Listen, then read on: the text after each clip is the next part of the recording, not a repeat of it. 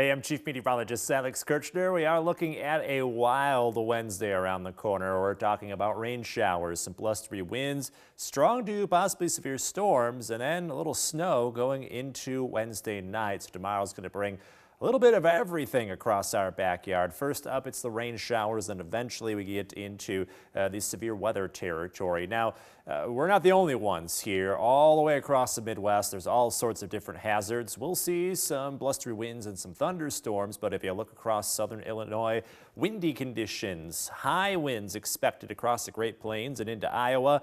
Also, some spots of Iowa, Nebraska, Kansas, even southern Minnesota, seeing blizzard conditions as a snowstorm sparks up amongst all of those high winds.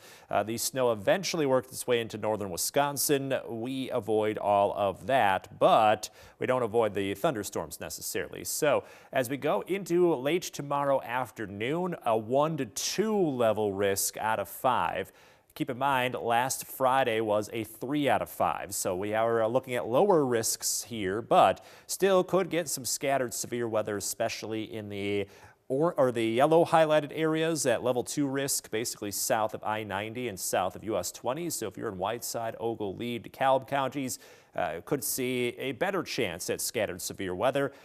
North of there, as we get into spots like Beloit, Freeport, Belvedere, Rockford, you're looking at a 1 out of 5 risk for severe weather, but still can't completely rule out an isolated severe storm or two late tomorrow afternoon and through the evening hours. So make sure you've got ways to get severe weather alerts late tomorrow afternoon. It won't be as widespread as what we saw last Friday, but you're still going to be on your toes over the course of the evening hours just in case. So here's Future Track. Busy day ahead.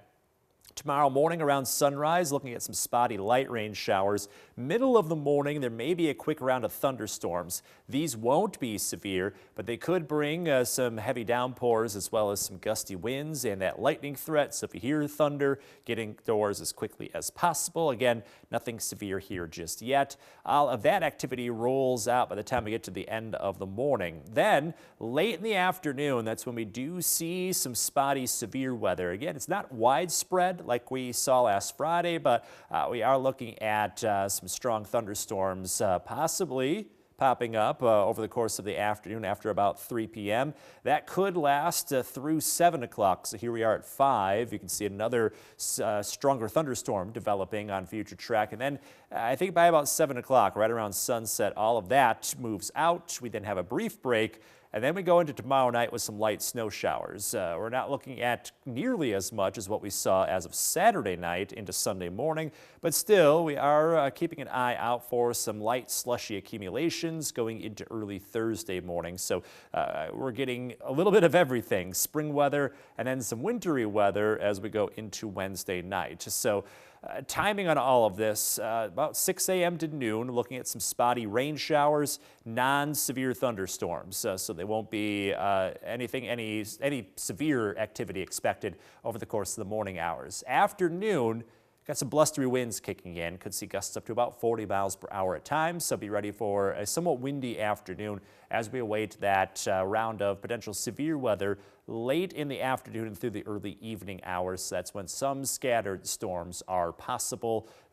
Wind and hail would be the main threats there. So definitely a busy day ahead. And then we do have a question from Beverly here. How much snow? Low temperatures. So we've got temperatures back down in the 40s for highs on Thursday, again over the weekend. And then here's that answer about the snow. It's about an inch on the grassy surfaces, so not a ton of snow coming here, but just enough to cause just a little slush to pile up on some of the more lawns and fields kind of surfaces. Slight chance we see some slick roads. Still watch out for slick spots just in case early Thursday morning, but it's not going to be necessarily as impactful as what we saw late Saturday night, early Sunday morning. So keep an eye out for that, though. That Thursday morning commute could be just a little slower as a result of some spotty, slick areas thanks to that overnight snowfall. So I think the bigger threat, of course, is that round of potential severe storms into tomorrow afternoon. Thankfully, the snow is just a little bit of a nuisance. Definitely won't be all that impactful. We avoid the blizzard conditions, heavy snowfall seen across northern Wisconsin into southern Minnesota. For us, though, it's that chance for some strong to severe thunderstorm activity. Keeping an eye on some of the questions and comments live here on Facebook. Chime in if you're wondering anything about tomorrow's very active weather. Hopefully we answer that question for you, Beverly. And hello to Jennifer as of this evening. Tim's wondering, will the Storm Prediction Center update the severe weather threat tomorrow? I have my doubts. I think right now, as things stand, it looks like that level 1 to 2 kind of threat is about where we max out. The setup for severe weather, not likely to get to resemble anything like we saw as of last Friday night. And just in general, a lot less active weather expected for us. So even though we are looking at that potential for severe weather, it's just not all the ingredients are there like we saw as of last Friday night. So that should keep the storms from being very widespread. Still, though, there might be a storm or two that brings damaging winds and large hail. So you want to stay on your toes, but I don't think we're necessarily going to see that risk level keep going up and up and up as we go into tomorrow. Connor's wondering, any chance of power outages?